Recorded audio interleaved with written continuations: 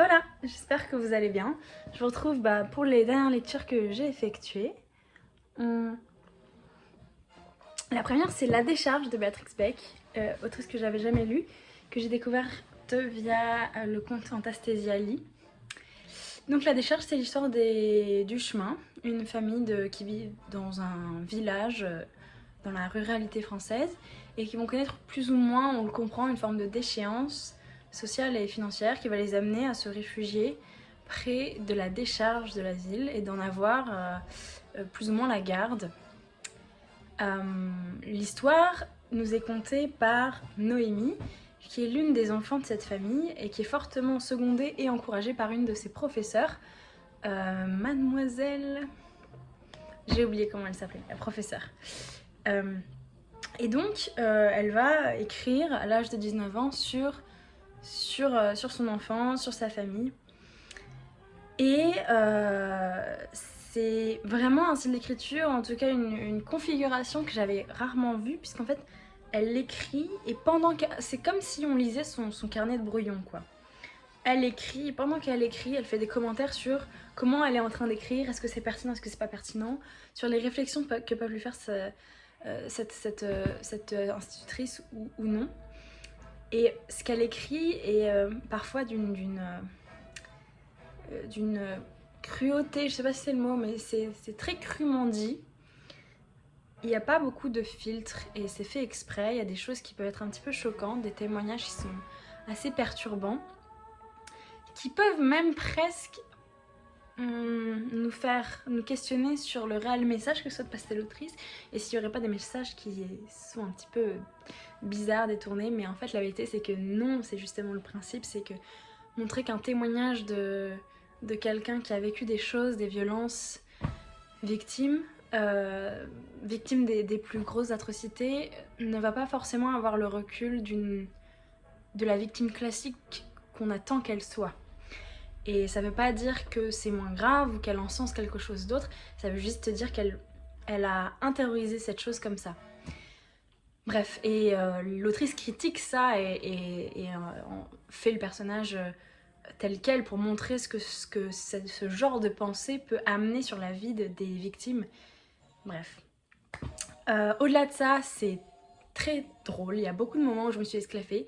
La manière dont elle parle de la religion chrétienne est très très amusante, très très désabusée, débridée et assez cash, c'est assez incroyable.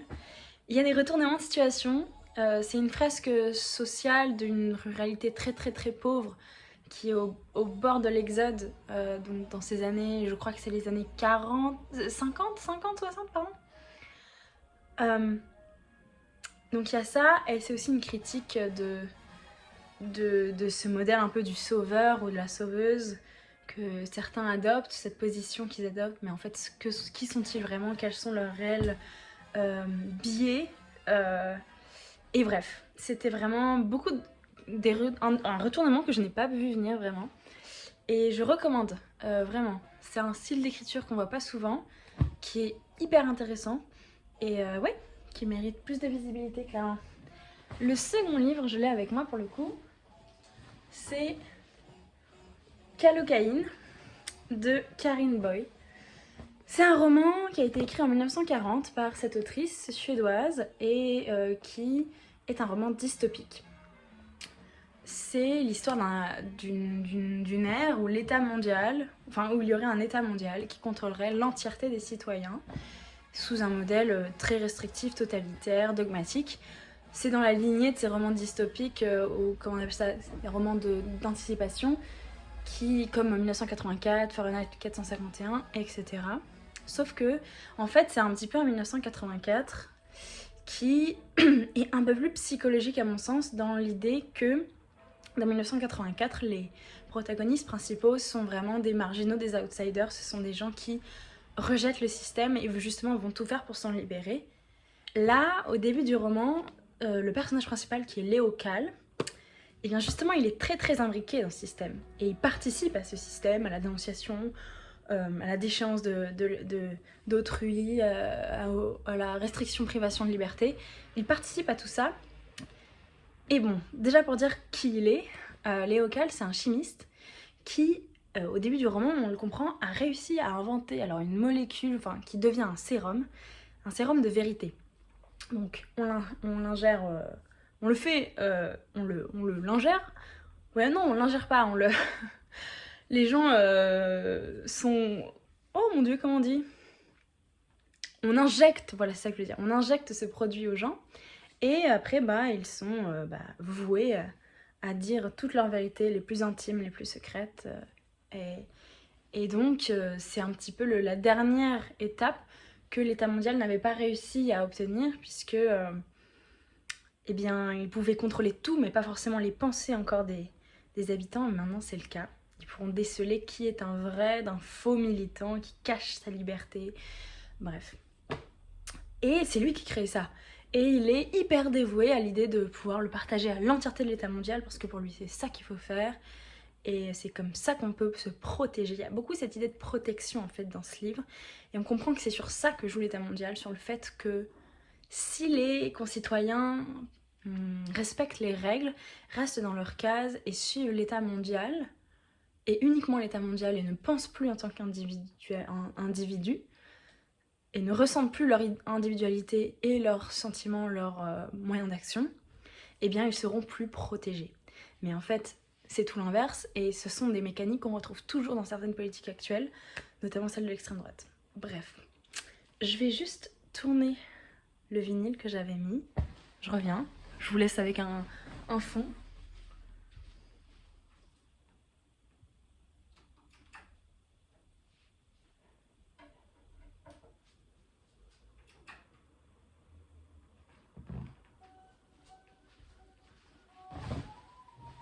Ok, c'est reparti.